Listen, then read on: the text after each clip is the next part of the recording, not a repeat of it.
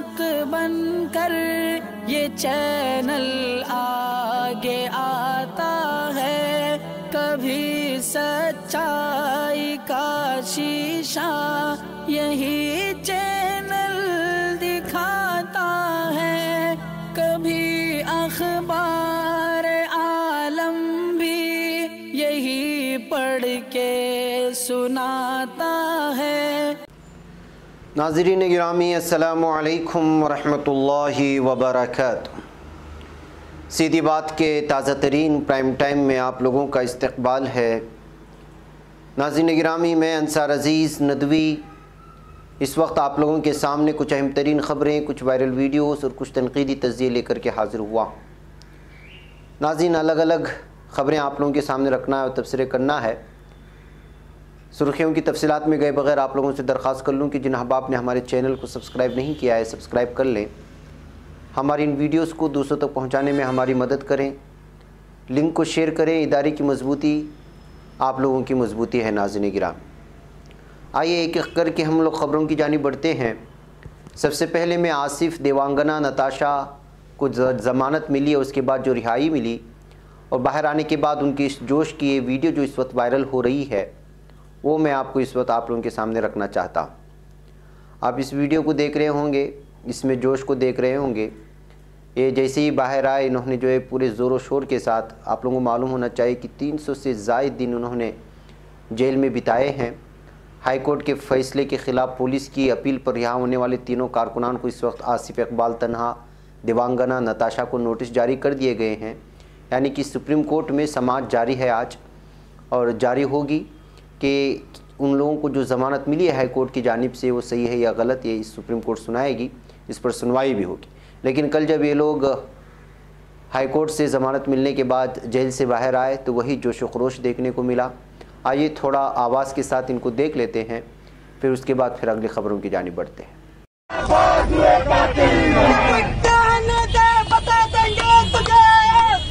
हम अभी से क्या बताएं, क्या हमारे दिल में की तमन्ना हमारे दिल में देखना है जोर कितना बाज़ुए का दिल में। इनकलाब जिंदाबाद, जिंदाबाद, जिंदाबाद, इनकलाब जिंदाबाद, जिंदाबाद, जिंदाबाद। खालिद शफीक को रिहा करो, रिहा करो, रिहा करो। उमर खालिद को रिहा करो, रिहा करो, रिहा करो। सरजिल इमाम को रिहा करो, रिहा करो, रिहा करो। हैदर को रिहा करो, रिहा करो, रिहा करो। मुल्फिशा को रिहा करो, रिहा करो, रिहा करो।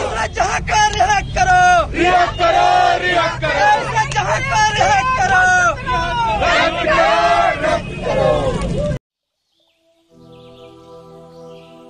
Golden texture, the golden shade, pure like gold, so as it stays, extracted from nature, nature as its essence, tastes pure like life. Sufa Wadi honey, a quality of our tradition.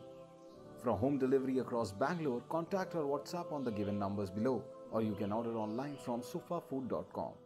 नाज़रीन गिरामी, आइए आपको एक सुर्खी दिखाऊं मैं एक ख़बर के तराशे की अखबार के।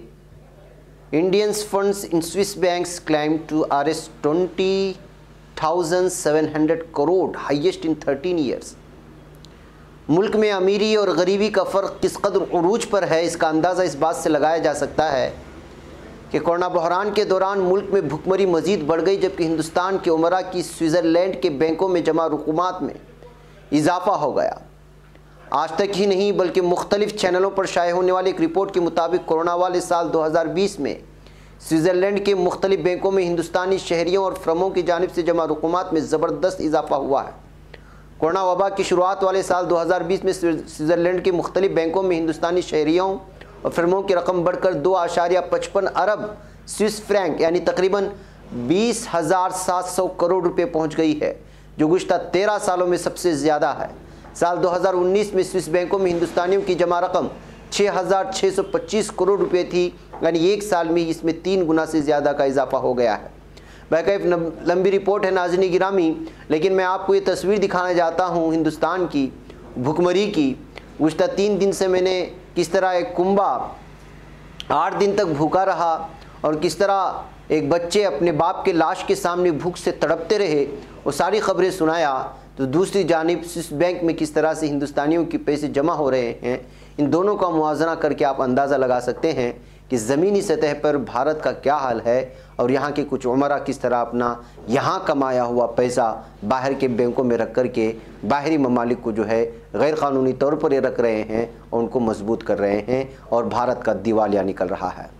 आइए नाज़रीन गिरामी, आप लोगों को मालूम होना चाहिए कि वादा किया गया था मरकज़ी हुकूमत की जानिब से, बीजेपी हुकूमत की जानिब से 2014 से पहले, जब इलेक्शन में आने से पहले कि जो है स्विस बैंक में जितना गैर कानूनी और काला धन है वो वापस लाया जाएगा और हिंदुस्तानियों के एक एक शहरी के बैंक अकाउंट में 15-15 लाख रुपए जमा किया जाएगा। लेकिन वो वादा तो पूरा नहीं हुआ, वो सब जो है इलेक्शन में किए जाने वाले वो ढकोसले वादे रह गए। लेकिन इसके बावजूद इक़्तिसादी तौर पर, माशी तौर पर भारत की जो हाल बनी वो बनी। और उसके अलावा मज़ीद ये कि जो है जलती पर अगर तेल का काम कहा जाए तो ये कि यहाँ के उमरा की मज़ीद जो है अमीरी बढ़ गई, उनकी दौलत बढ़ गई, इक़्तिसादी तौर पर जिनके पास है वो बढ़ते जा रहे हैं और आम आवाम जो है भूख से मरे जा रहे हैं। आइए नाज़रीन गिरामी, अगली ख़बर की जानिब आपको ले चलूँ और वो है कि कोका कोला और शराब की बोतल हटाने के बाद जो वीडियो वायरल हुई, आप लोग बेहतर अंदाज में जानते हैं। हमने एक वीडियो और एक प्राइम टाइम में वो सारी तफसीलात आपको सुनाई थी और उसकी वजह से इसराइल को और कोका कोला की कंपनी को जो नुकसान पहुंचा वो भी आप लोगों के सामने है। अब union of European football associations UEFA ने यूरो कप 2020 के दौरान खिलाड़ियों की जानिब से की जाने वाली प्रेस कॉन्फ्रेंसों में स्पॉन्सर्ड मशरूबात की बोतलों को हटाने के वाक़यात पर वार्निंग जारी कर दी है कि यूएफा ने वार्निंग जारी की कि प्रेस कॉन्फ्रेंस के दौरान जिस भी टीम का खिलाड़ी स्पॉन्सर्स की जानिब से फराहम करदा मशरूबात की बोतलें हटाएगा उसकी टीम को भारी जुर्माना अदा करना पड़ेगा। नाज़रीन याद रहे कि रवां हफ्ता पीर को मैच से कबल प्रेस कॉन्फ्रेंस के लिए आने वाले पुर्तगाल के स्टार फुटबॉलर क्रिस्टियानो रोनाल्डो ने कोका कोला की बोतलें हटाकर पानी की बोतल सामने रख दी थी, जिसके बाद कोका कोला के शेयर्स की कीमत गिर गई और उसे $4 अरब का नुकसान हुआ था। उसके बाद अगले रोज़ मुस्लिम फुटबॉलर और फ्रांस के मिडफील्ड पोग्बा ने प्रेस कॉन्फ्रेंस में अपने सामने से बियर की बोतल हटाई, यानी शराब की, जबकि बुध को इटली के फुटबॉलर मैनुअल लोकाटेली ने भी कोका कोला की बोतलों को पानी की बोतल से तब्दील कर दिया था। तो इस तरह से मुतवातिर पेश आ रहे वाक़यात की वजह से बड़ी बड़ी कंपनियों को खरबा खरब का नुकसान हो रहा है। ऐसे हालात में जाहिर सी बात है कि इन बड़े बड़े मैचों के ये स्पॉन्सर्ड भी होते हैं। ऐसे हालात में अब जो है यूनियन ऑफ यूरोपियन फुटबॉलर की जानिब से, फुटबॉल एसोसिएशन की जानिब से इस वक्त वार्निंग जारी कर दी गई है। आइए नाज़रीन गिरामी, आपको शिवसेना ने क्या कहा वो बताता। उन्होंने कहा है कि हम असली गुंडे हैं। शिवसेना के रहनुमा संजय रावत को आप पहचानते होंगे, जिनकी तस्वीर इस वक्त सामने नजर आ रही है। इन्होंने जुमेरात को कहा कि मुंबई में शिवसेना भवन सिर्फ एक सियासी पार्टी का हेडक्वार्टर नहीं बल्कि महाराष्ट्र की शनाख्त की अलामत है और किसी को भी इस पर बुरी नज़र डालने की हिम्मत नहीं करनी चाहिए। बीजेपी और शिवसेना के दरमियान बुध के रोज वस्ती मुंबई के दादर के इलाके में शिवसेना भवन के बाहर बीजेपी के यूथ विंग की जानिब से अयोध्या अराजी मामला तनाज़े के सिलसिले में शिवसेना के तर्जुमान सामना में मुबैना तौर पर तौहीन-आमेज़ तबसरे के खिलाफ एहतिजाजी मार्च के बाद झड़प हुई थी। शिवसेना के एमएलए सदा सरवंकर ने कहा है कि उनकी पार्टी कारकुनों की इत्तला मिली थी कि बीजेपी कारकुन शिवसेना की इमारत में तोड़फोड़ करने आ रहे हैं। इस वाक़े के बारे में सहाफ़ियों से गुफ्तगू करते हुए रावत ने कहा कि शिवसेना भवन मराठी और महाराष्ट्र की अलामत है। शिवसेना के सीनियर्स रहनुमा ने कहा कि किसी को भी हमें गुंडा होने का सर्टिफिकेट देने की ज़रूरत नहीं है, हम तस्दीक शुदा गुंडे हैं और जो आएगा उसको छोड़ेंगे नहीं। तो जाहिर सी बात है नाज़रीन गिरामी, इस तरह का तबसरा इस वक्त सुर्खियों में छाया हुआ है, जिसमें उन्होंने कहा कि हम असली गुंडे हैं, हमें गुंडे होने की सर्टिफिकेट देने की ज़रूरत नहीं है। आइए नाज़रीन गिरामी, तारीख़ में पहली मरतबा कनाडा में भी एक मुस्लिम जज की तैनात की गई है। जी हाँ, कनाडा के वज़ीर आज़म जस्टिन ट्रूडो ने सुप्रीम कोर्ट में पहले मुसलमान जज की नामजदगी कर दी। Justice Mohammad Jamal Supreme Court of Canada में नामजद होने वाले पहले मुसलमान जज हैं, जिन्हें खातून जज जस्टिस रोज़ाली अबेला की रिटायरमेंट के बाद नामजद कर दिया गया, जबकि जस्टिस रोज़ाली कनाडा की तारीख़ में सबसे ज़्यादा अरसे तक जज के मनसब पर फाइज रही हैं। मीडिया रिपोर्ट्स में बताया गया कि कनाडा की 146 साल तारीख़ में सुप्रीम कोर्ट में सफ़ेद फार्म जजों की तैनात की गई है और अब जस्टिस मोहम्मद जमाल तारीख़ में पहली बार सुप्रीम कोर्ट में तैनात होने वाले पहले गैर मुस्लिम सफ़ेद फार्म और मुसलमान जज हैं। मीडिया रिपोर्ट्स के मुताबिक जस्टिस मोहम्मद जमाल 1967 में नैरोबी में पैदा हुए, जिसके बाद उनके अहले खाना 1969 में बरतानिया हिजरत कर गए, जबकि 1981 में फिर उनका ख़ानदान कनाडा मुंतकिल हुआ और उन्होंने इब्तिदाई तालीम कनाडा में ही हासिल की। इसके अलावा उन्होंने लंदन और टोरंटो से भी डिग्रियाँ हासिल की हैं। जस्टिस मोहम्मद जमाल 2019 से ओंटारियो कोर्ट ऑफ अपील के जज थे और सुप्रीम कोर्ट में कई मुकदमात की भी पैरवी की। जस्टिस जमाल 1 जुलाई को अपने ओहदे का चार्ज संभालेंगे।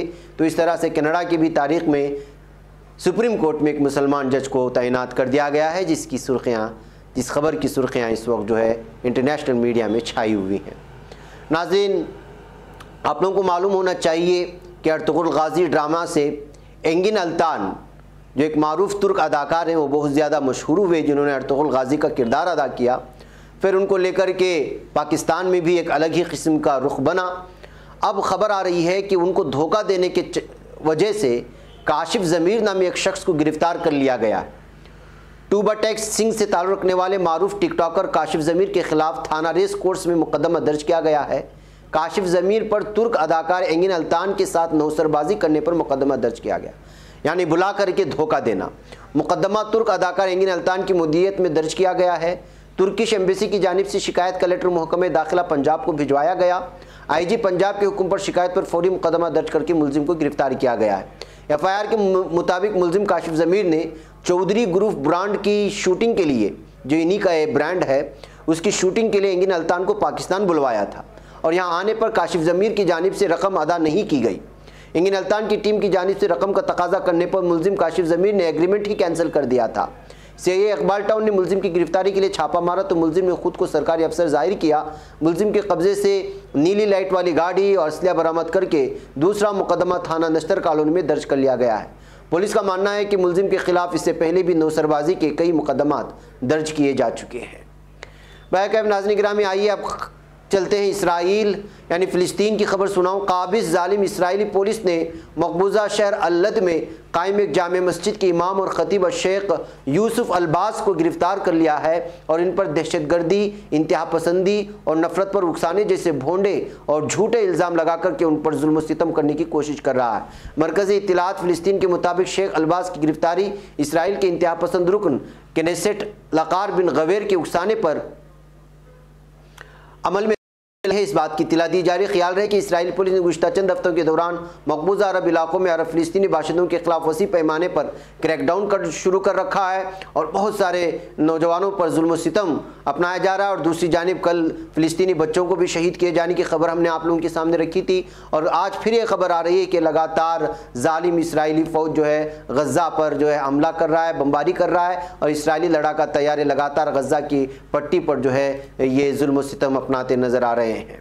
बैकअप नाज़रीन गिरामी, अगर आपको थप्पड़ लगे और एक मासूम बच्चा आपको कहे कि थप्पड़ के बाद आपकी तबीयत कैसी है तो आपको कैसा महसूस होगा?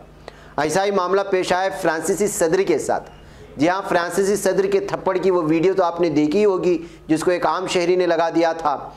अब फ्रांसीसी सदर के लासूम सूबे के दौरे के दौरान एक बच्चे ने उन्हें एक हैरानकुन सवाल पूछकर न सिर्फ हैरान बल्कि शर्मिंदा कर दिया है। बच्चे ने मासूमाना लहजे में पूछा कि जनाब सदर, एक शहरी से थप्पड़ खाने के बाद आपके मिजाज कैसे हैं? ख्याल रहे कि फ्रांसीसी सदर इमैनुअल मैक्रोन को मुल्क के जनूबी मशरक़ में ताइन हरमटेज म्यूनसिपलिटी के दौरे के दौरान एक शख्स ने थप्पड़ मार दिया था और वीडियो वायरल हो गई थी। फ्रांसीसी अखबार ली फेगारो ने जुमेरात को खबर दी कि वाक़या वो तब पेश आया जब मैक्रोन खित्ते के बॉयस डी पकार्डी कस्बे के स्कूल का दौरा कर रहे थे। एक तालिब इल्म ने टेलीविज़न कैमरों के सामने खड़े होकर बात करने के लिए इजाज़त तलब करने की खातिर उंगली उठाई। उसने पूछा, क्या आप थप्पड़ खाने के बाद ठीक हैं? सदर मैक्रोन ने मुस्कुराते हुए जवाब दिया, जी हाँ वो ठीक है, ये तफरी नहीं था और ये अच्छी बात नहीं है। तो नाज़रीन गिरामी, इस तरह बच्चे की जानिब से बर्जस्ता तौर पर कैमरा के आंखों के सामने और फ्रांस के सदर को इस तरह से सवाल किए जाने पर ये खबर सुर्खी बन गई और बच्चा मशहूर हो गया। मुझे यहाँ पर इजाज़त है। अस्सलामु अलैकुम रहमतुल्लाहि व बरकातुहू। खबर पढ़ने का तुमने भी अजब अंदाज पाया है, रवादारी के जज्बे ने भी तुम पे नाज पाया है। इसी राह में मोहब्बत का हसी एजाज पाया है तुम्हें हर अंजुमन में हमने तो मुमताज पाया है। तुम्ही से है तरक्की पर अजीज अंसार सीधी बात, अजीमत जुर्अतो हिम्मत का है इजहार सीधी बात,